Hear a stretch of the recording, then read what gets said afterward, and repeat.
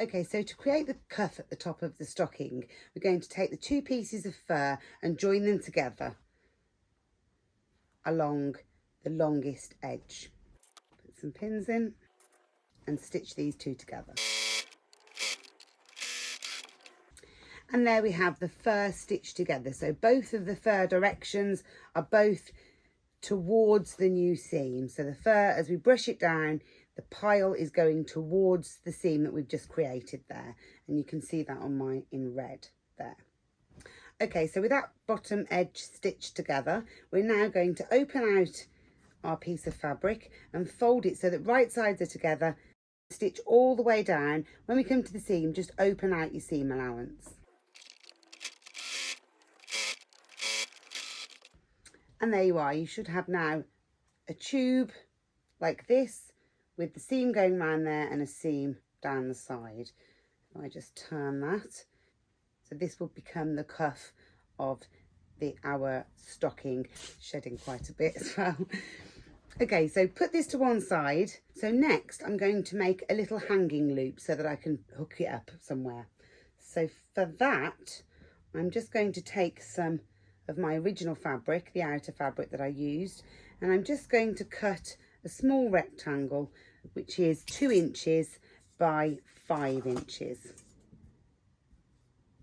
Just cut this. If you don't have any extra fabric or you'd rather skip this section, you can of course use a little loop of ribbon. For that, and cut that off there. If you want your loop to be longer, of course, obviously make it longer. So in order to do this little loop, I'm just going to fold it lengthways so that the right sides are together like that, and I'm just going to stitch all the way along that long side there. I'm doing a very small seam allowance on this, so I'm doing about 5 millimeters, so 1/2 centimetre seam allowance.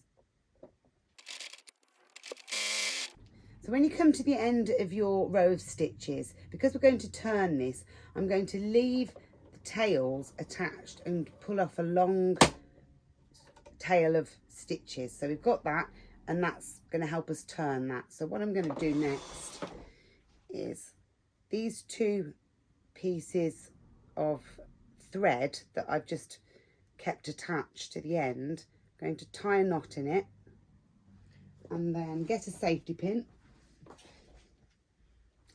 and just put the safety pin through the thread where you've knotted it so it's attached like so. Take the safety pin and drop it through the channel that you've just made. Work it all the way through. So now you're pulling the thread from this end all the way down, and as you pull it, you can actually carefully, because it is thread and it could break, you can actually work it so that the channel pulls it inside of itself. You can also use the traditional method, attaching the safety pin, or of course a bodkin, which I've spoken about in other videos. Big fan of the bodkin. But just gently pulling, and this just, because it's attached to the seam, it just makes it a little bit easier to pull this down. I'm using velvet, so it's quite thick fabric, and it's got a pile on it, so it's a bit more tricky to turn. But just go steady and slowly, and once you've got hold of the end, you can pull it all through. And there we are. So that's going to be the loop that I use as my hanging loop. So trim off the thread that you attached. There we are. Get rid of that. Okay, so to assemble the main body of the stocking is really simple. So take your 2 outer pieces and make sure that they're right sides together. And then take your 2 lining pieces and make sure, if they have a right side, make sure they are also right sides together. And we're just going to stack them up so that we have them all on top of each other. So the 2 outer pieces are right sides together. I've got fluff all over mine. So the 2 outsides are right sides together, and then we have the 2 lining pieces right sides together, and we're going to pop them all up in a pile like that and pin around the edges.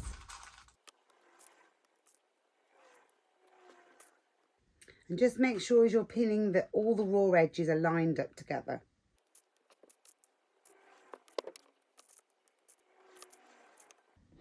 And there we are. So all the pieces are pinned together and all around the edge. So we're going to stitch, leave the top, don't stitch the top together, but we're going to stitch all the way around the stocking through all 4 layers of the outer and the lining together.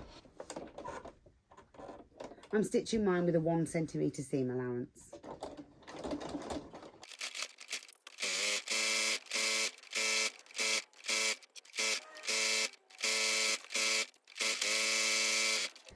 And there we are. So they're all stitched together. So we have the 2 linings together, right sides, and the 2 linings together, right sides together. So what we're going to do now is just clip these curves. So you can either clip them with little triangles, so just snip out little triangles of the seam allowance. We're not cutting into the seam that we've just sewn, just little triangles around the edges, just to make that seam lie flat when it's turned the right way out. So I just do a couple of clips. There we are. So you can see those against my hand there. And you need to do that all around the curved edges. You don't need to worry too much about the straight edges, but obviously the curved edges, it's quite important so that when it turns the right side out, that seam lays flat. Alternatively, if you've got pinking shears that will cut little zigzags, then go around the edges with these. So I'll just demonstrate with this. So not cutting the seam line, but close to the seam line. And I think my pinking shears need sharpening, but there you can see I've chopped away at the layers around there, and I'm going to carry on all the way around these curves.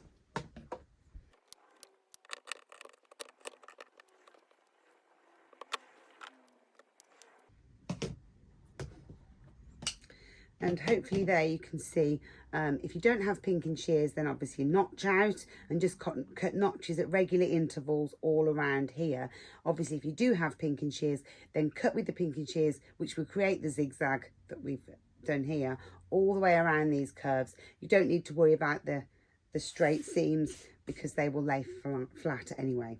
So next we're going to turn it through and just double check those seam lines. So what we're going to do to turn it back the right way, I'm going to reach inside the outer pocket and get hold of the toe section and just pull it all up like that. And what you'll find is that the 2 are together. You have the outside on the outside and you have the lining turned right sides, and you've got this lovely sort of thick feel to it because all the seams are sewn together. You don't have your lining separating, and that's sitting beautifully. So next we just need to add the cuff. So take your cuff piece that we made earlier, also take your hanging loop that we made earlier, and I want my hanging loop to come from the back seam. So take your back seam there, and I want it to come out from the inside. So I'm just going to fold my loop in half like that, and I'm just going to pin it so that it's going down inside the stocking like that, and it's next to the lining.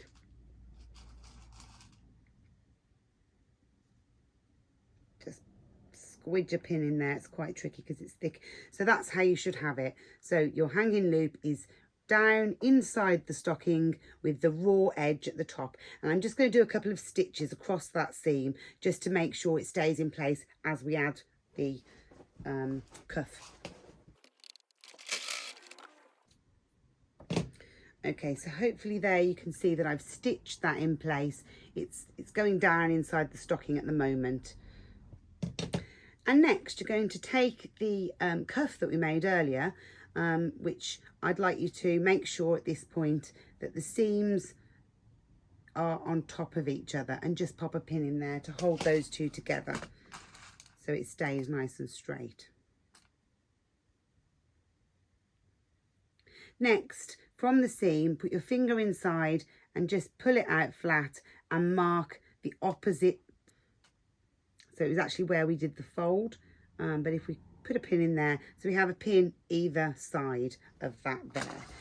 So next we're going to put this inside the stocking. So it's going to go inside the stocking with the seam that we made at the top and the raw edges here. So we're going to squash that inside.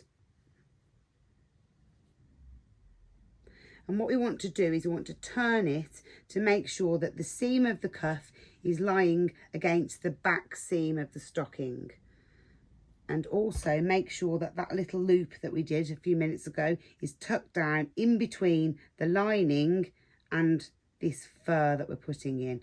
So stack all that up on top of each other. It's going to be difficult to get a pin in there, but I'm going to put one either side of the little loop just to hold everything secure while we stitch. It's the only fiddly bit of this project, and it's fine once you've done it.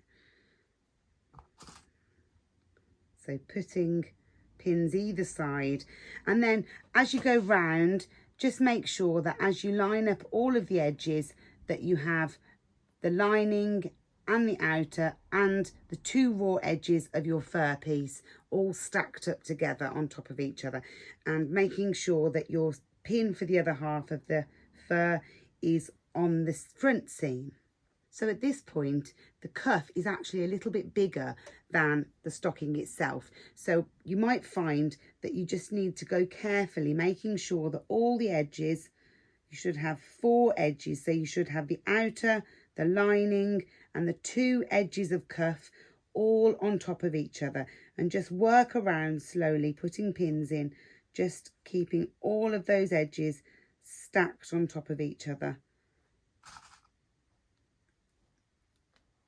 Like that. So we're just going to pin all the way around.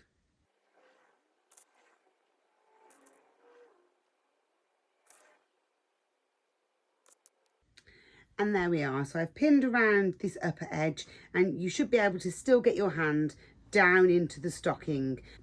So it should be completely open with the fur lining on the inside, followed by the lining, followed by the outer. And now we're going to stitch all the way around this top seam here. If you can't quite fit it over the edge of your sewing machine, I'm just going to have a look. If you can fit it over here, then that makes life a lot easier, because you can squeeze it onto the free arm section of your sewing machine and stitch all the way around. If you don't have that option, or perhaps yours is a little bit wider than mine, then you can simply sew. It's a little bit more fiddly, but just push the rest out the way and sew from the inside of the stocking all the way around. I'll demonstrate mine like that just in case. So you want to be doing a 1 centimetre seam allowance here, or 1/2 inch seam allowance. So enough seam allowance to make sure you catch all of those layers, and go slowly because you've got lots of layers to get through.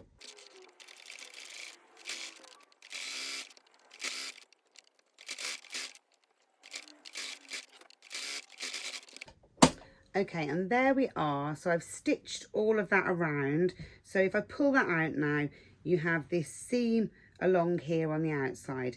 If you've chosen to use a fabric that won't fray, so for example felt or fleece or something like that, then you can just leave that exactly as it is. It won't fray. Similarly with furs and velvets, they don't fray either. So I could just stop right there and turn the cuff over.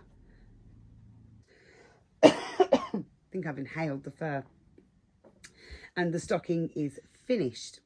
If you've used a cotton or some sort of fabric that will fray, just to prolong the life of your stocking, then it's a good idea just to zigzag stitch around this top edge, which I'm going to do now today anyway. So just selecting a zigzag nice and wide.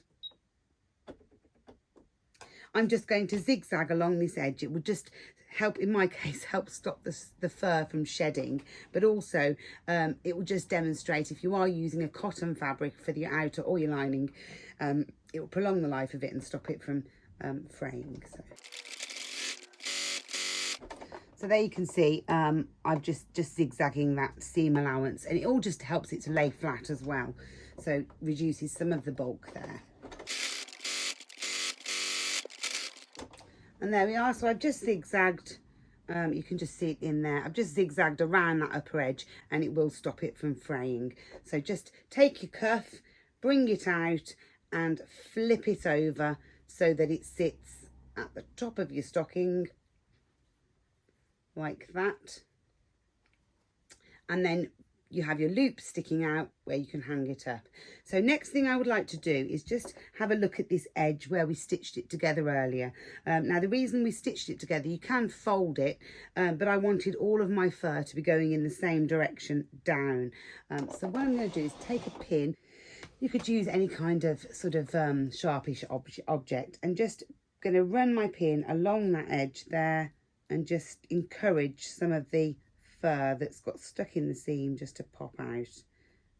And you can see there, it's just do it gently, you don't want to be damaging the fabric, but there you can see it just starts to come out and give the illusion of one piece of fur coming over. So just do that all the way around, just picking out the fur from the seam.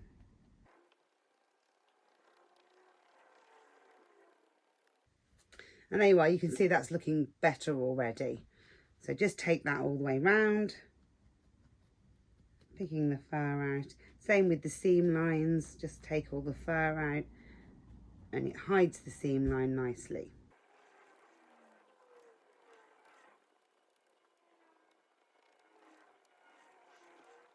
Obviously you could spend a long time doing that, but there we are. So that's all finished. And all that's left to do now is just to press out the stocking, and because I've used fur, my velvet is looking pretty hairy, so I'm going to use a sticky roller just to take off some of that excess fur. There we are. Turn it over, do the same. I think my table's covered in it. So there we are. Your stocking is finished. If you want to give it a press down and just make sure all the seams are lying exactly as you want, then obviously you can. I'm quite pleased with that. So that's the stocking, nice and easy, super quick, and you can do them in the colour scheme to match your decor. This is going up in my new house. So thank you for joining me for today's Saturday Sew Along. I hope you've enjoyed today's video, and I hope you'll join me again next week for another Saturday Sew Along. I look forward to seeing you again soon. Thanks for watching. Bye.